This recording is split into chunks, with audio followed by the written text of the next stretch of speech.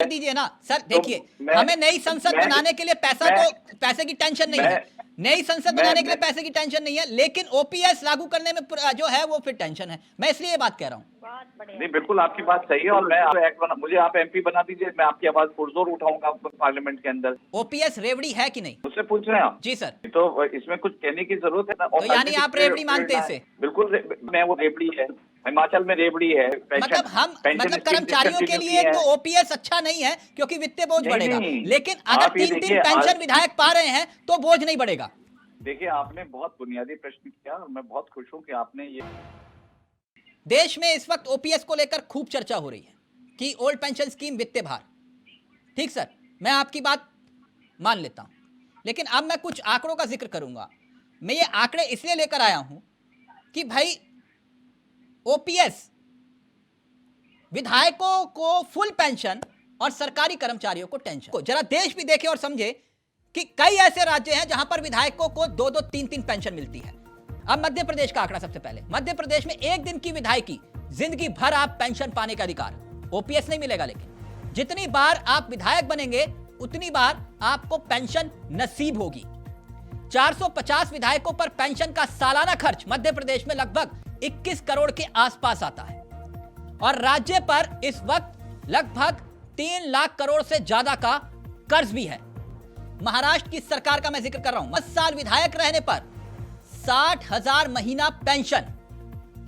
850 पूर्व विधायकों को सालाना खर्च जो है वो करीब 80 करोड़ के आसपास। महाराष्ट्र की सरकार पर 6,80,000 करोड़ का कर्ज है। अब देश भर का जिक्र करूं तो बिहार में 1000 पूर्व विधायक, 60 करोड़ सालाना खर्च बजट का, और हरियाणा में हर महीने विधायकों को लगभग 2.5 करोड़ महीने का खर्च आता है और राजस्थान में 483 पूर्व विधायकों पर 37 करोड़ का खर्च आता है। कर्मचारियों को पेंशन देने के लिए वित्तीय बोझ है, लेकिन मान्यों को पेंशन देने के लिए कोई वित्तीय बोझ नहीं है। हर राज्य की यही कहानी है। विधायक हो तो अपनी सैलरी बढ़ा लो, कोई टेंशन नहीं। मंत्री हो तो भी पेंशन चाहिए, कोई टेंशन नहीं। लेकिन टेंशन सरकारी कर्मचारियों के लिए है। गलत आंकड़े तो नहीं दिखाए सर? देखिए, आपने बहुत बुनियादी प्रश्न किया और मैं बहुत खुश हूं कि आपने ये एक बुनियादी प्रश्न जो है, जो कि मैं समझता हूं कि दोहरे मापदंड को दर्शाता है। और जहां तक ये सब स्कीम्स हैं, इनके पीछे एक्ट बने हुए हैं। एक्ट में के अंदर इनकी सैलरीज डिटरमिन होती है। अभी जैसे में सर एक्ट तो आप और हम ही, आप लोग संसद में जाते हैं, विधानसभा में जाते हैं, आप ही बनाते हैं ना सर कानून। तो कोई भगवान तो बनाता नहीं सर कानून। 1950 के बाद से जो है एक्ट लगातार कांग्रेस की सरकार में बने। सर 2014 के बाद प्रभु राम की कृपा से आपने ऐसे ऐसे एक्ट बनाए हैं, विरोध के बावजूद भी आप इंप्लीमेंट कर रहे हैं उसको। नहीं, तो मैं ये कह रहा हूँ कि एक्ट जो बनते हैं उसके पीछे पब्लिक के नुमाइंदे उस पर एक्ट पे वोट करते हैं। मतलब कर्मचारियों के लिए तो ओपीएस अच्छा नहीं है क्योंकि वित्तीय बोझ बढ़ेगा, लेकिन अगर 3-3 पेंशन विधायक पा रहे हैं तो बोझ नहीं बढ़ेगा। मैं आपको बता रहा हूँ, योगी जी ने आजम खान की पेंशन को डिसकंटिन्यू कराया। सर सबकी कर दीजिए ना, जिसको जरूरत नहीं है तो आप कहिए, उन्होंने क्या दिक्कत कर दीजिए ना सर। देखिए हमें नई संसद बनाने के लिए पैसे की टेंशन नहीं है। नई संसद बनाने के लिए पैसे की टेंशन नहीं है, लेकिन ओपीएस लागू करने में जो है वो फिर टेंशन है। मैं इसलिए ये बात कह रहा हूँ। नहीं, बिल्कुल आपकी बात सही है। और मुझे आप एमपी बना दीजिए, मैं आपकी आवाज पुरजोर उठाऊंगा पार्लियामेंट के अंदर।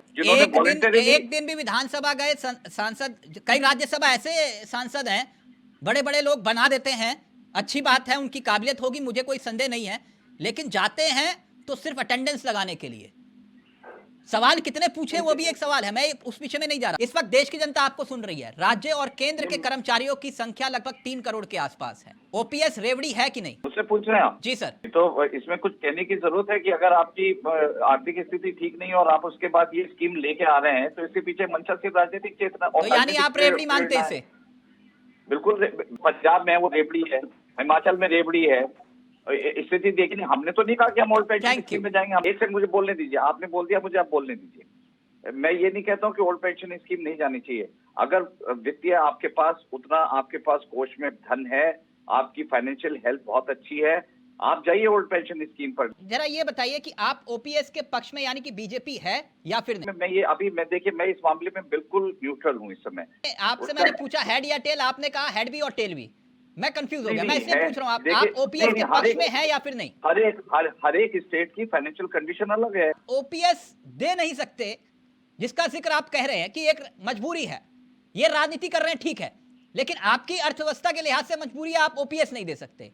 देखिए हमने बहुत से तो निर्णय फिर ऐसे लिए आपने, हैं। तो सर आपने मतलब कि केंद्र सरकार ने, वित्त मंत्रालय ने यह ऐलान क्यों किया कि एनपीएस के लिए कमेटी गठित की जाएगी?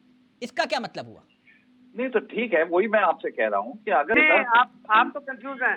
आपसे सीधा आपने उत्तर दिया, आपसे प्रश्न किया तिलक जी ने, तिलक जी इतने अच्छे पत्रकार हैं, पूछा कि ओल्ड पेंशन स्कीम लागू होनी चाहिए या नहीं, आपने उत्तर ही दिया मैं खड़ा हूँ, मैंने उत्तर दिया है, मैं उत्तर दिया है, मैंने अर्थशास्त्री की तरह एक उत्तर दिया है। क्या वो कहते हैं, एक शेर है, वादा था पार लगाने का और साजिश थी नाव डुबोने की। आपने कहा मैंने एक लाइन बोली थी बड़ी बढ़िया, हाँ, वादा था पार लगाने का, साजिश थी नाव डुबोने की। बड़ी बढ़िया असलियत खोली उन्होंने भाजपा की। वादा था 15 लाख आपके लिए लाने कह का, रहा हूँ, अरे महाराज वादा आपके लिए था कह रहा 15 हूँ, लाख लाने हम का, तो जो वादा करते और निभाते 1 हैं। रुपया नहीं हमें आया। ऐसे